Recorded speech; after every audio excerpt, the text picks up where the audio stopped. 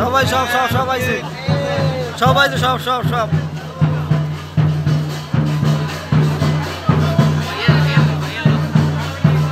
সবাই সব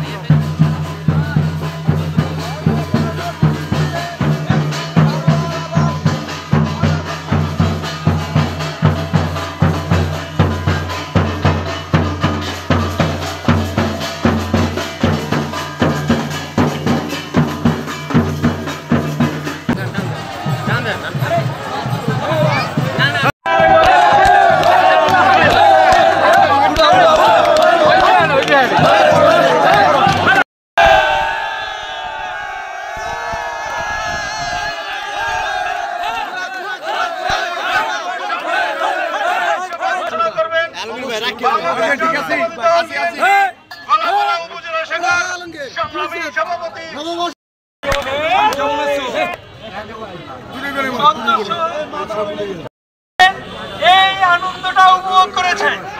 এজন্য আমি কলাপাড়া বিএনপি তথা এবিএম মোশাররফ হোসেনের পক্ষ থেকে আপনাদেরকে অভিনন্দন।